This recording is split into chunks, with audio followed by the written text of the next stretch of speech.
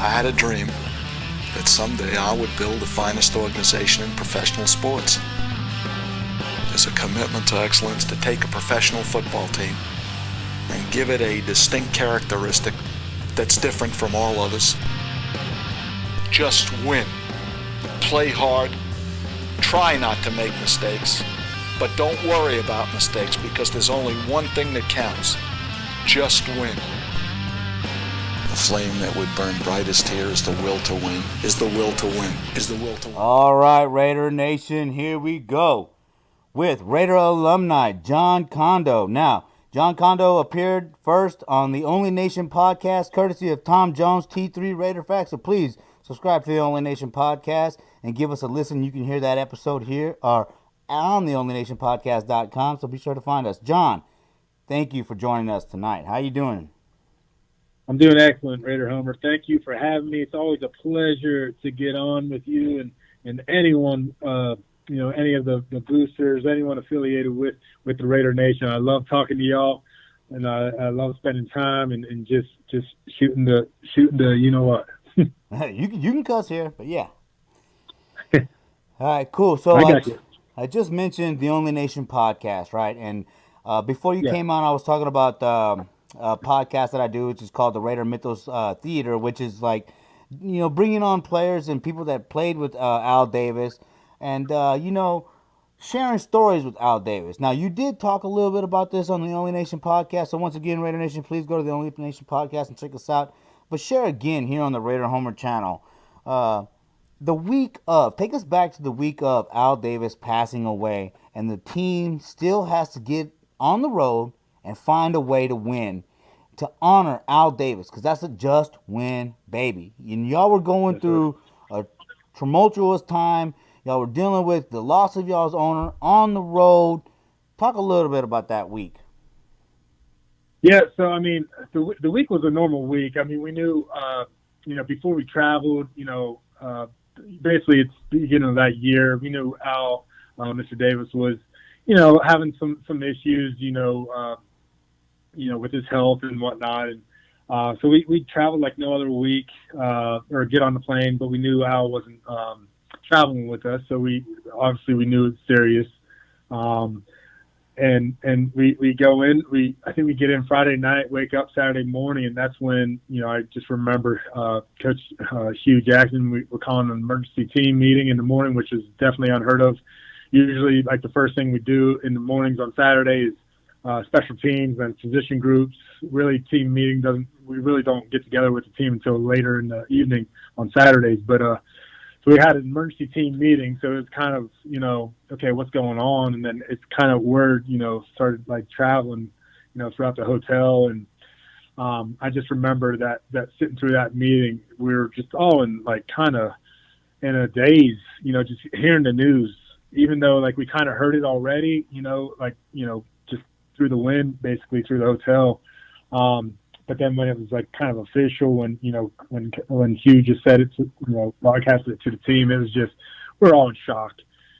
We weren't really expecting it. It's hard to, it's hard to describe like exactly how we were feeling, but it was just, here you have an icon as Mr. Davis was, not only to the Raiders, but to the NFL itself. And then, like any great person passing, it's one of them things where you know where you're at when you hear the news. And for me, I'll always remember that day, just because of, the importance of Al Davis was to me, being a part of the Raider organization. And after we got the news, it was, we spent the rest of the day in the hotel with some walkthroughs and more meetings. And then next day we woke up, and I just remember traveling to the stadium. I think we're all, there's a different focus, with the Raiders that day. And we all knew, we weren't really talking to each other like, hey, we have to win this one for Mr. Davis. We have to win it. We weren't really like social about that. But it was kind of like an understood fact. Like, we have to win this one. Everyone was thinking that to themselves. They were going to do whatever they had to do to win the game. Whether it was for me, snapping on a punt, or whether it was for Seabass kicking a field goal, anything,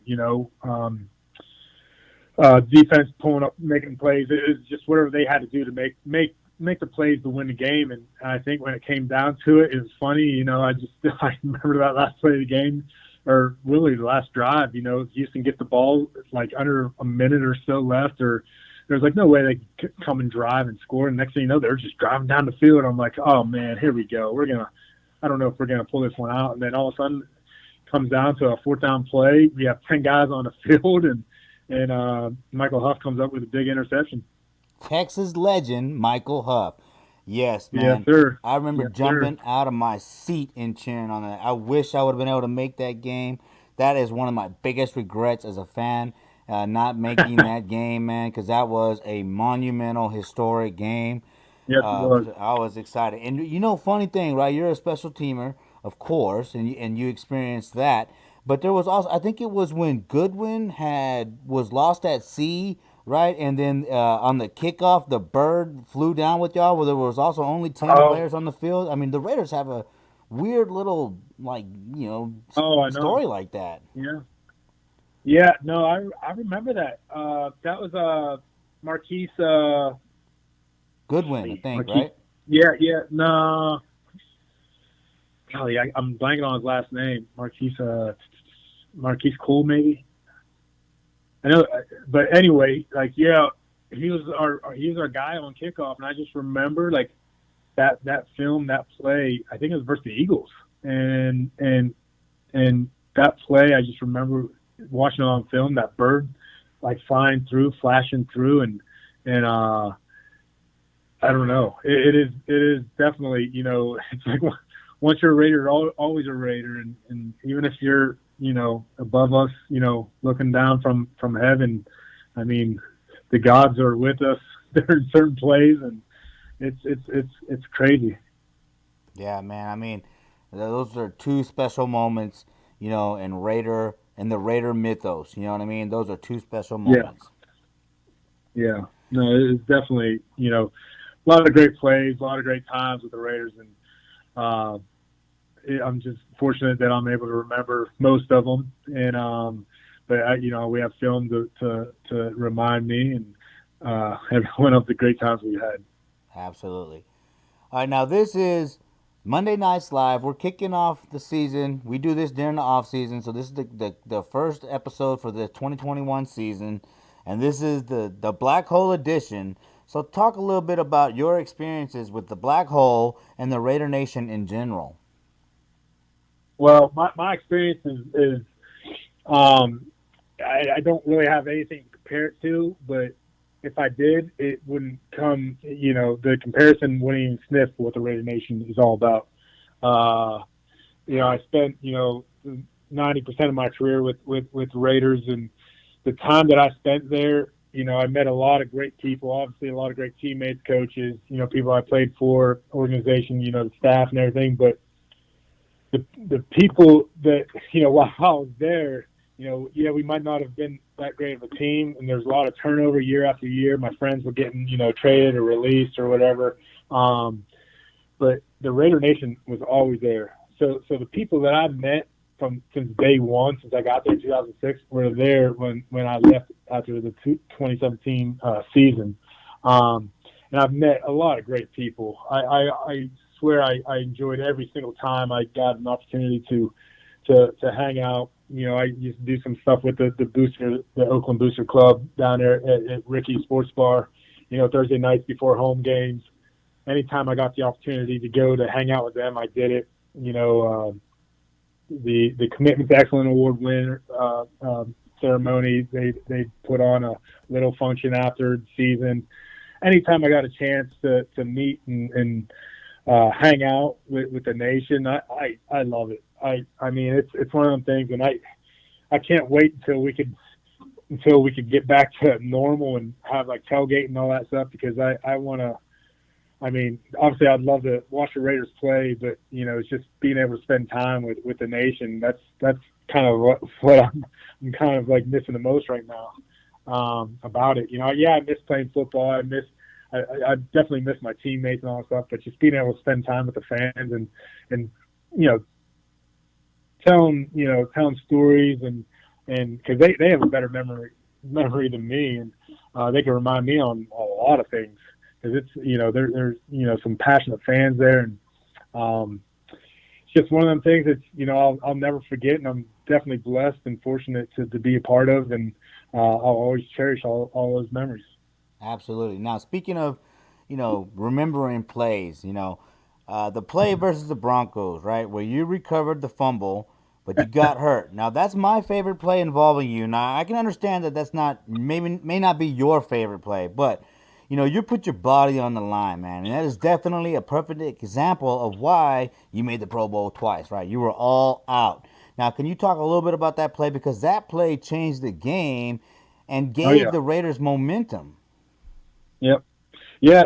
So it's fourth, or no, wait, I think it was the end of the third quarter. Yeah, something like that. Yeah. And we were down. I mean, we kicked a couple field goals, but fortunately, I think Khalil Mack was having an unbelievable game. He sacked Brock, I think, 5 times that game. Yeah. So our defense was keeping us, into the game, and it was a cool game. And I just remember, we punted the ball. Marquette had a booming kick, and I was running down the field, and the returner, Manuel Sanders, muffed it, and it was going to be a scrum for the ball. And I just, on those situations, it's always like the low man wins. Whoever gets down to the ground and into that scrum first is likely to come out with the ball. And I just, fortunately, like I always did, I always hustled down the field, and I jumped on it.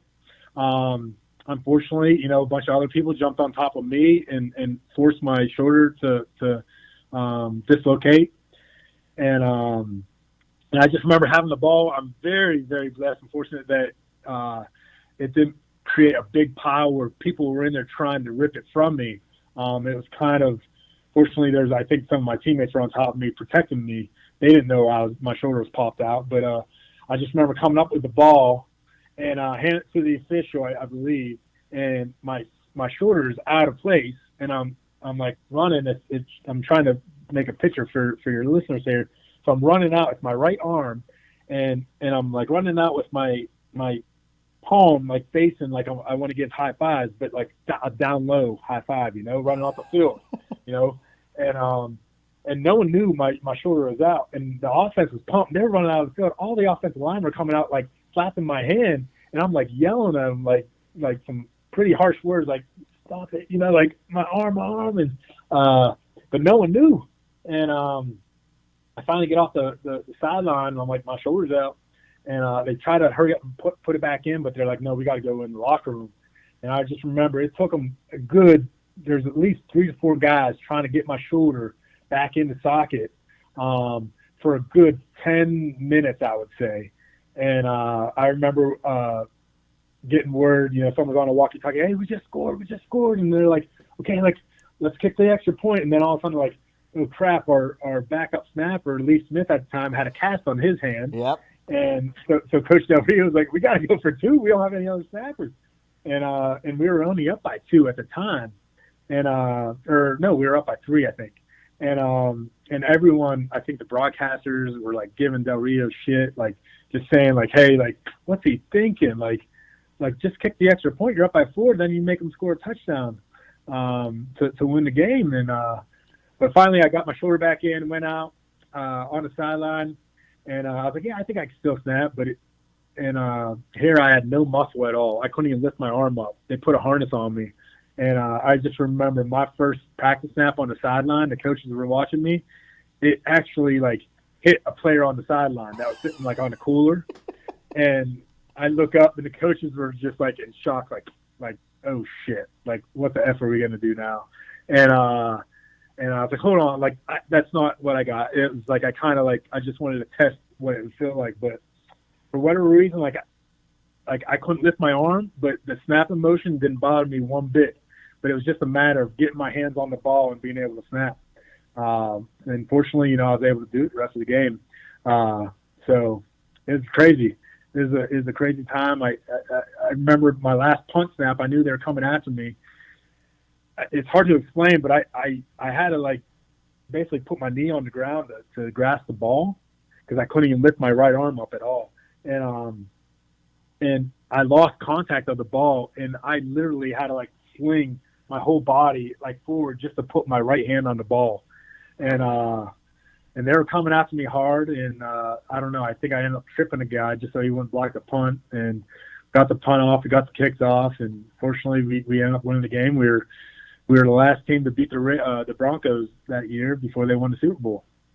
Man, hey, So that was a special it's definitely play. it might have been your favorite play of mine or whatever, and it's probably one of my favorites because I got hurt and I would like to think that the majority of players would have went back in, but I'm a pretty loyal person, and I felt like I had a dedication to my team, and I was doing whatever possible I had to do to continue to play, and I take that to heart. I didn't I didn't want my teammates to think I was soft or anything like that. I just wanted to continue to play. No, man. I mean, you definitely made a mark. I mean, that was a special play. Like I said, definitely my favorite play. Because, I played for a losing team in high school, dude, and we got our heads beaten, but I played injured. I always put my body on the line for the team, dude. So to me, I was like, wow, that's a special play right there. That's a special player. And you know what? Before you even came on the Only Nation podcast, we had talked about that play before. I mean, dude, that is Yeah. something that I will always remember. Because that did change the game, man. Yeah, Khalil Mack was having a great game and all this and that, but we just couldn't swing the momentum until that play. No. And then Yeah. unfortunately you did get hurt. But yeah, you know what? If we didn't know how important the long snapper was at that point, we did after that. Yeah, because Lee Oh yeah. Smith, great effort, valiant effort, 100% team player. But you were a hell of a lot better. I'll have to shoot you a text on our team photographer Tony Gonzalez at the time. He had like a snap by snap, like a probably like I don't know how fast those cameras click, but he had like a play by play, like every like tenth of a second shot of that play. So you see exactly like where my shoulder popped out. And I have it. And I'll have to take a picture of it and send it to you. Okay, cool. Yeah, I'll definitely be interested in seeing that. Uh, So you made the Pro Bowl twice, right? You're talking about being Yeah. passionate, loyal to the team, running down there, giving it your all. You Yep. had one season, I think, where you had 10 tackles, the 7 solo, forced fumble recovery, man. Talk a little bit about going to the Pro Bowl as a Raider, dude, because for such a long, long time, the special team players represented the Raiders in the Pro Bowl, and you were one of them, man. So what was that Yeah. experience like, and how did it make you feel to represent the Raiders? Because the Raiders have legendary, special team players. Yeah. Yeah, no, I mean, it was definitely an honor. I mean, just going to the Pro Bowl, it was a tremendous honor, just to represent the Raider to represent the Raider organization, and to play in that game and to be able to play alongside the best in the NFL at that time. I mean, it's something that I'll never forget. And just playing the game, and it's funny because when you play in the game, the winners get a certain amount of money, the losers only get half of that. And I just remember like they were putting me on every special team. I was even on some packages on defense because you only have a certain amount of players, and half the starters only play like one series, and so there's a lot of people playing a lot of reps, and so I was like probably one of the only. It was me and the other special team player at the time. I want to say there's one Kasim Osgood. He's with the Chargers at the time. I just remember, and Josh Cribbs was the next year that I played. It was like the two of us were like the only ones like giving like 100% on all of those plays, just because hey, we wanted that money, and but we also only know how to play one way, because we're playing basically against starters. Like I remember I was on kickoff return, and here I had to block. Out of block, a starter like the best linebacker in the NFC, and it was ridiculous, like having to do all that stuff. But I do know one thing: when we go there, you kind of trade some things. The equipment manager will pack you some goods, and it was right when I got there. Everyone was like, "Hey, can I trade you for your Raider helmet?" Everyone wanted the Raider helmet. And I was like, man, like I didn't know it was like that, but it's fun. It's real cool. The best uniform in the league. You know it. You know Absolutely. Silver and black forever, man. All right, now we were just talking about some of the legendary special teamers. on the Raiders. And one of them is Sebastian Janikowski, another is Shane Yeah. Leckler, and of course we got Yeah. Marquette King. And you played with all those guys. So, on the Only Nation podcast, we talk a little bit about your relationship with Leckler and Sebastian Janikowski, but talk about the similarities and the differences between Shane and Marquette King. Okay. Well, playing with those three guys, I mean, again, probably the top three specialists that you could ever think of. One in Sebastian Janikowski, playing for as long as he did, left-footed kicker, two-time Luke Grozo Award winner. A lot of hype about him, but seriously, one of the best guys, off the field as well. When you really get to know Seabass, like he becomes family, and like I treated him, or he actually treated me like family, and I had a reciprocal relationship with him. We really like leaned on each other, through ups and downs throughout our career. And with Shane, going into that organization, he was making the Pro Bowls left and right, and he really made me feel comfortable being, because it was my first years with the Raiders, and here I'm supposed to snap for Shane and Seabass, and it was a little intimidating, but right away as a person, like as people, they were both like very genuine, and they accepted me right away, which gave me the confidence and made me feel comfortable to do my job. And then with Marquette, when he came in, I took it upon myself to try to teach him, what it's like to be a pro and all that stuff, and to do the right things, but he was a hard one to tame, because he did his thing, and he was probably the best to ever do his thing, because there's no punter I ever saw that can kick as many 5-second hang times in a row, in a short little session, and he did it like with a smile on his face, and I never wanted to interrupt his flow and his swag that he had, and he brought like a little thing to our team as well, like where we felt special going out there on that field to make plays and do the right thing.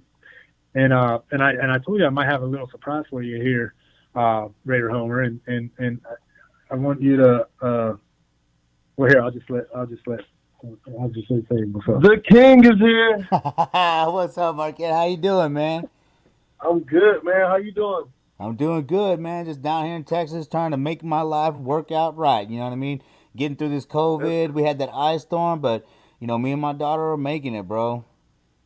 That's cool. That's cool, man. I'm glad y'all are safe. Yeah, man. So what you been up to, man? Like, dude, you're a fan favorite, man. We were just talking about your swag, doing the donkey dance and all that, man. I mean, I'd never seen a punter get everybody so hyped up. The Raider Nation would cheer and high five when you were doing all that, man. We miss you, bro. How you been?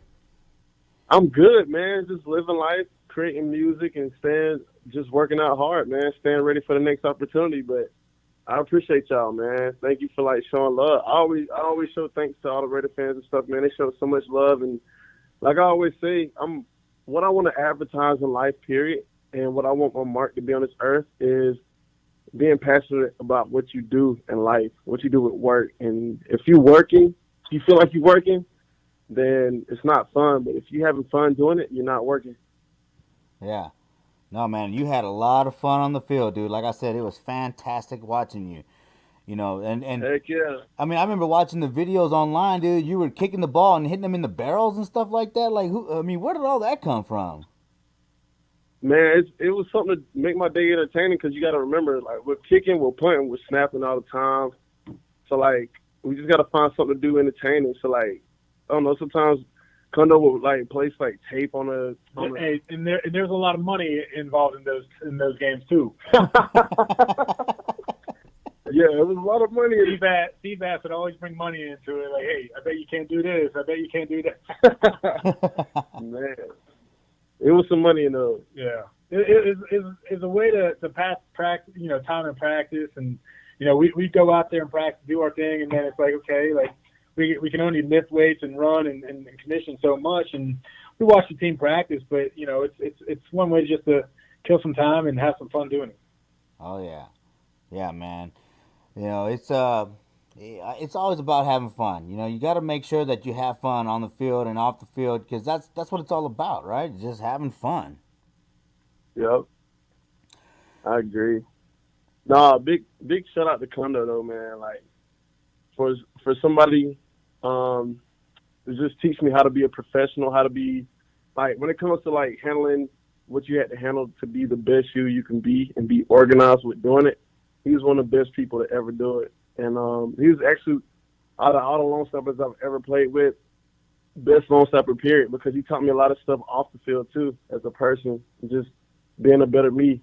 So hey man, it's tough. It's tough, yeah, man. I know.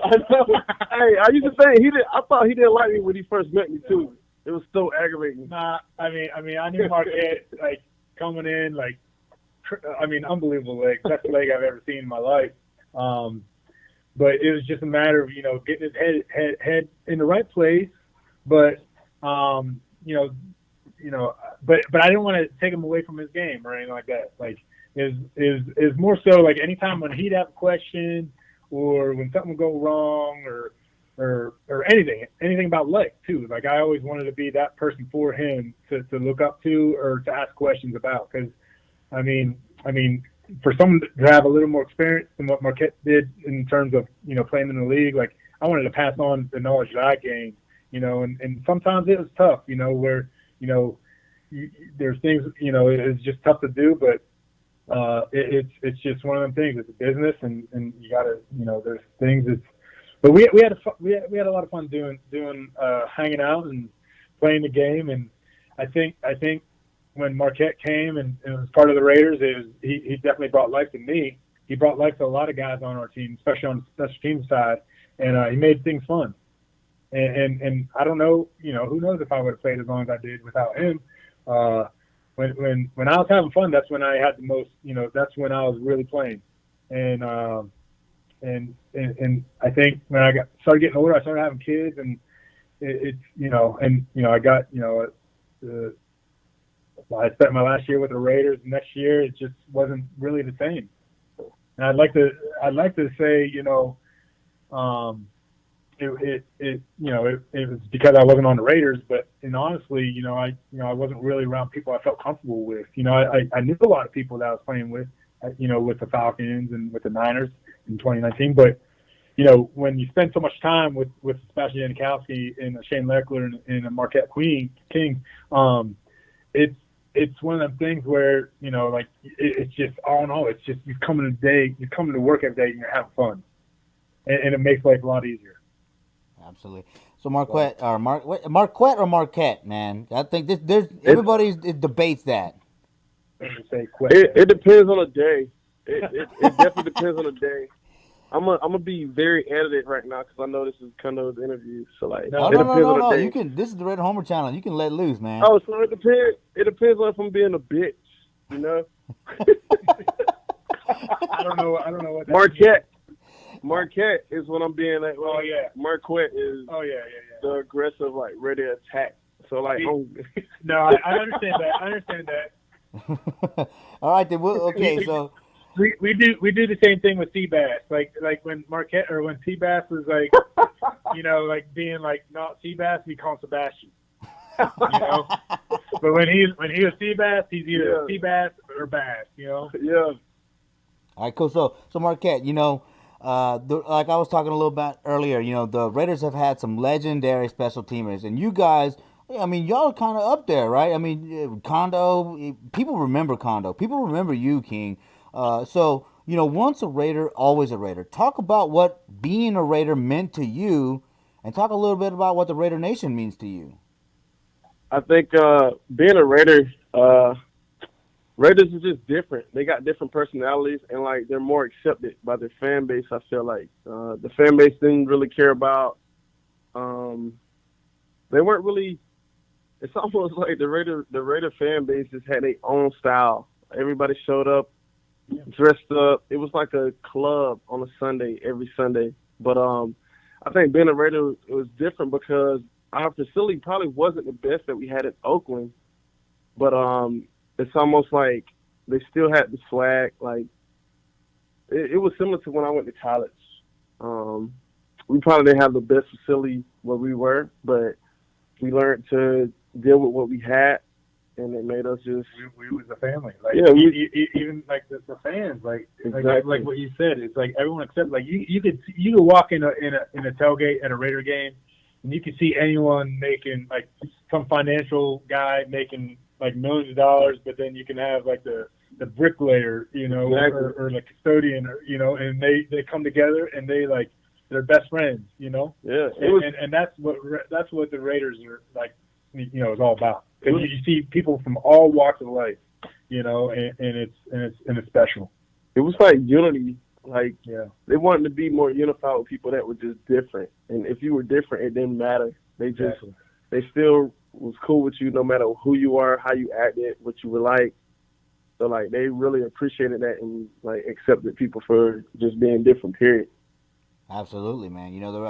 All that stems from Al Davis. We started out, this is the Raider Mythos Theater segment, which is, dedicated to sharing the memories of Al and whatnot. And, like, all that started with Al, not caring about personalities or, skin color or anything like that, right? It was about what you could do on the field for the team, and that resonates with the fan base, Yep. Yeah. Give me the best who could do the job. Exactly. I don't care what you look like or anything. Just give me the best to do the job. Exactly. Absolutely. All right, now, other than the other two that we mentioned, now that we got Marquette King on here, and this is for both of y'all, who are some of the standout special teamers that you all played with while on the Raiders? You want to go first? I'll say it's a tie between as a gunner, Tywan Jones and Cordero Patterson. Oh yeah, some of my favorite gunners that I've ever played with. But like I said, like Condo's. I got to name Condo because like if it wasn't for him, like my mindset would be totally different. Like it'll be totally different. Like I wouldn't be able to handle certain situations the same. So like I had somebody that was in my corner, including Coach Sealy. So like, yeah. I mean, when you talk about special teams with the Raiders, it's one thing because there's so many great ones. Like Marquette mentioned, two great ones there, Cordell and Tywan Jones. Tywan, I mean, he's a freak. I mean, he's still playing, and to play that long, that he's playing, at that level, running down the field. Those are I can't just single out one particular guy, but you got a guy like Ike. Isaiah Ekajuba, he unbelievable talent right there, running on the field. Ricky Brown, there's so many guys. When I first got to the Raiders, Jared Cooper, like that dude, like, I mean, I don't know, that guy was just unbelievable. Like just running down, did not give a F about anything, running down the field and didn't care about his body at all. And that's what it takes to be a special teams player. Like you got to be able to sacrifice your body. Because you're running full speed and either trying to run into someone or trying to tackle someone who's running full speed at you. I mean, that's kind of, I mean, yeah, you see offensive linemen and defensive linemen, they're hitting their heads every time. I mean, they're within a yard apart. But when you're running full speed, when you got a guy like, say, Tywan Jones running 4.3 40, going against a guy, running, a very similar speed, and it's just like, trying to tackle each other or trying to block one another. Like, I mean, that's like a high speed. That's like a NASCAR wreck, Yeah. It's unbelievable. Like when you really think about it, seriously. Yeah. Y'all are like automobiles running around out there. Yeah. Yeah. I mean, when you compare it, like a special teams play, it is like a, like a NASCAR and Indy wreck, compared to, like, now, I don't want to downcredit, other positions or anything like that, but it's just when you're saying, like, when you're running full speed at someone who is stopped and then they start to run full speed at you to block, like on a front line on a kickoff coverage versus a kickoff or a front line of a kickoff return team versus a kickoff coverage guy, it's like, compare that, that's, like I said, that's like a NASCAR IndyCar crash compared to, like, something that like a little car accident that's like in the middle of town somewhere. Yeah. Yeah, no. Those are I mean, high speed collisions. both could be deadly, but I'd rather be the accident going 15 miles per hour than going 60. Oh yeah, for sure. All right, so Marquette, man, what are some of your favorite memories playing for the Raiders? Marquette just left the room. Oh. He had to go get us some beverages. Okay. All right, cool. Nice. Man, Sorry about that. dude. No, I appreciate you bringing them on, dude. This is a we special speak the truth here. surprise. Yeah. So. No, he. I told him. He texted me last night. We're both in Phoenix area now, and he texted me the other night. I go, yeah, come on over. He wanted to come over. He's actually first man I'd ever touch my grill besides me. So he grilled some chicken. I think he had some steaks on there. So I don't know. Like it's tough to lend over your spatula or whatever utensils you have for your grill to another man. Oh yeah. He must be a special friend. You know what I mean? Oh, that's what I'm saying. It takes trust, and I trust him. Oh yeah. So. But I told him, I was coming on with you guys, and I go, hey, you're more welcome, come back, anytime. So he's kind of taking care of some things, and then he's like, his glass got empty, so he had to go get some more. All right, cool. Well, once again, man, we're coming up on the end of the show, so I appreciate everything you've done, man. Would love to get you back on the channel at some point, especially on the anytime. Yeah, the Only Nation podcast, man. Hear from you again, and of course, Marquette, invite him to the Only Nation podcast, please. And before I let you go, man, tell the Raider Nation where they can find you on social media. All right, man. Yeah, so I just started a new career in real estate, and I just created an Instagram page. It's Jon.Condo. Someone already took Jon Condo. So it's Jon period or Jon.Condo. And look for me. I plan on doing a little video with Marquette, to kind of like make a splash into the social media world. And now I'm on Twitter, at JonCondo.com, but Instagram's going to be where I'm gonna really try to market myself. So come follow me. Cool. Well, good luck, man. Real estate is a good business, dude. So I'm hoping that all works out for you. I know. I appreciate it. I've grown a passion for real estate, and it's just one of them things. You make a transaction. It got my blood flowing a little bit, and I kind of got that real estate bug. There you go. All right, cool. Well, have a good night, and tell Marquette I said thank you. Will do. Later, Homer. I'll take care. All right, cool. You too. Have a good one. You too. Be safe. Yep. Bye-bye.